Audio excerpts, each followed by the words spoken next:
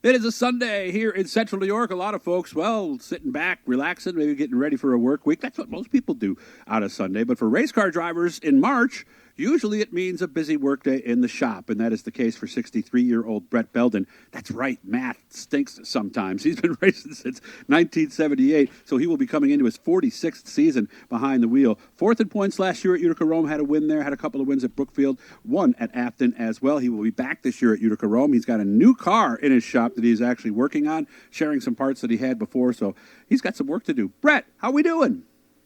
I'm doing good, Doug. How about yourself? Doing very, very well. So I'm right, basically. I mean, the race car driver's Sunday at this time of the year is usually pretty darn busy, isn't it? Oh yeah. You don't get no flack from the wife because after 46 years of it, she knows what's got to be done and what has to be done to make it happen. So does she call you at some point to try to get you out there? Oh, we got dinner, Bret, or does she come out and check on you and see how you're doing, or is it just leave Bret alone?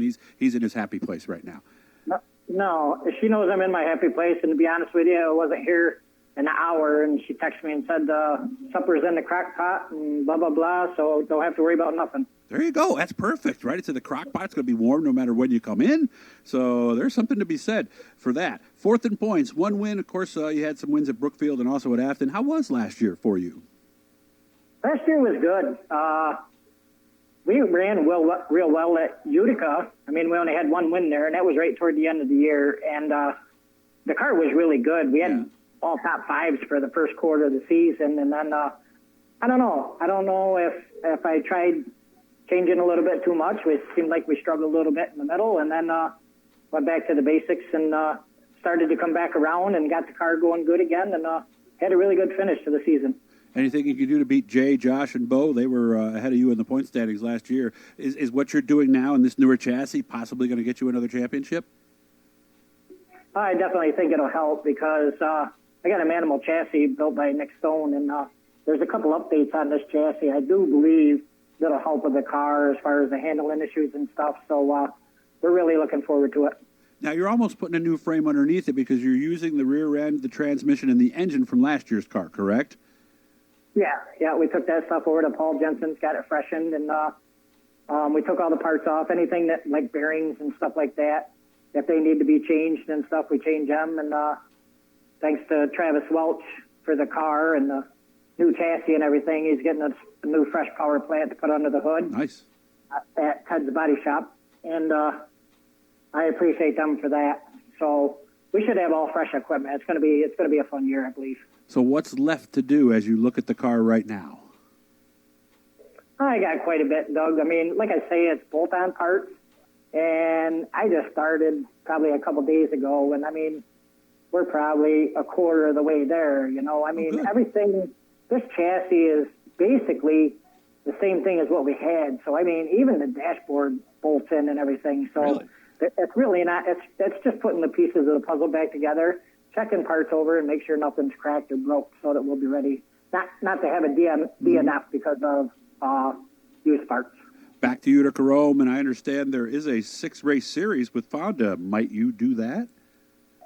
Yeah, they've been doing that for the last 3 years, and we just had our banquet here a couple of weeks ago, and I was talking to my son-in-law. I think, or I was talking to Travis, the car owner. I think we might do that next year. We're not sure. And I know you were in late models for a while. What was it like going back to a pro stock? Well, because of these new Manimal chassis, the change wasn't quite as much as it could have been if we went right from a Leaf car to this coil car. Because they basically Nick's got things going where it's kind of headed that way. So, I mean, don't get me wrong. It took a little bit to get used to going from the 604 and the late model with the rear end that really drives forward. This one's limited a little bit, but it helped me a bunch getting into this after being in the late model. I would imagine it would, because I remember watching those cars at Super Dirt Week. I mean, they hike up, the left rear drives underneath. They kind of look like they drive very similarly to a late model. They do. They get over on the right front good, and then they drop over on the right rear, and they hike up, and you really get some good traction, especially on the slick race tracks. Let's go back. 1978, the stock car you had then. How much different is what you're going to roll out at Utica Rome? And did you think we'd ever get to this point?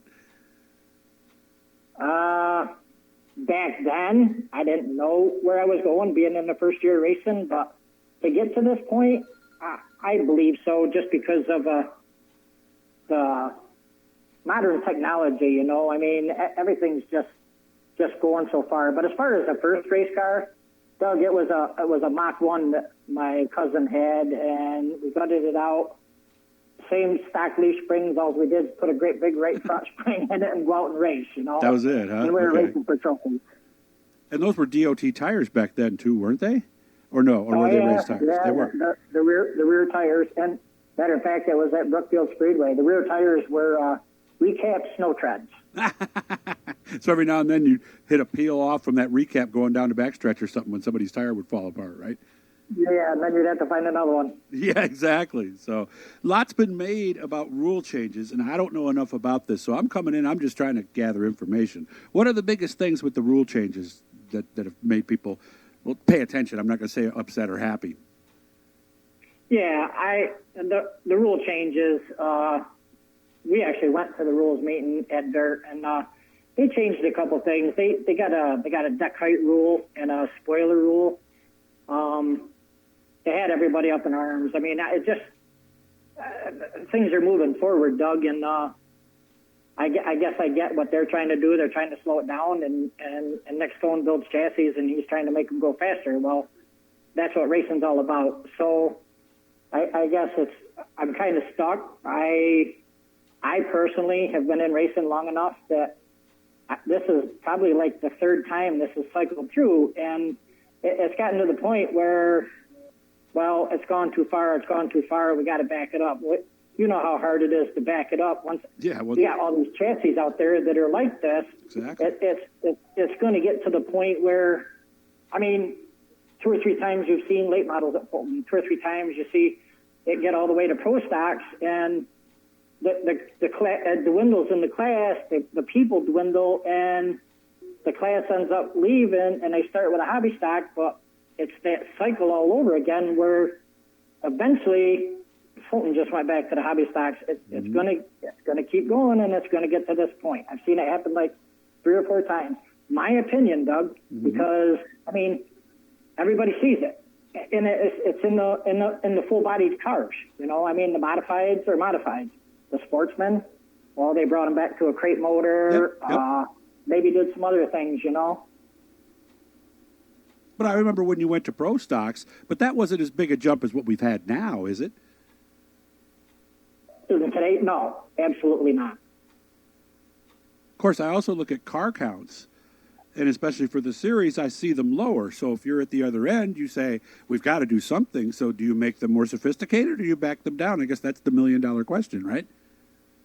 It is, and I'm kind of partial because I do have a Stone chassis, but I believe that he's making these things easier to drive and better to drive, and they handle better. And I don't know, but he might be keeping people in the class. I know I'm probably going to catch it for this, but that's just my personal opinion, Doug. Okay, and then if anybody else wants to voice one, seriously, I don't have enough background and information, and Bret knows that. You know, give me a wrench and watch me go out and strip a bolt or something. I don't know how to do anything.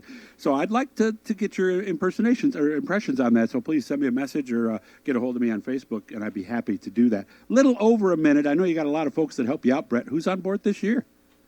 Yeah, I really want to put a shout out to Travis and Ashley Welch at Ted's Body Shop in New Berlin. Next Generation Graphics, that's Ashley Welch. She does lettering. Water Safari's been with me for a long time. Calypso Cove, Water's Edge Ed, Rodell Energy, they've been with me a long time. Barb and Keith Klinsky, Macedra Insurance out of Poughkeepsie, Racing to Stop Bullying, Suits for Soldiers is Rob at Farmers Insurance, Nick Stone Online Performance, and I got 2 new ones, Wilcox Construction and Luck Grove. And also I'd like to thank Mikey at Fastline. He helps us out a little bit. Scott Weatherby, my PR guy down in North Carolina, still does a hell of a good job for me. Our family, mine and my wife, our daughter, son-in-law, 3 very special grandchildren that one of them just walked out of the shop here. She's over here helping us with the car. It's pretty cool. And in the midst of all this, Doug, moving to a new place and getting the car in the new shop here, and starting to get that ready. And one last thing. Oh, wait, I got to leave it there. You got 2 seconds left, so I'm sorry, Bret. I got to let you go. You take care of yourself. I'll see you soon, okay? I think so.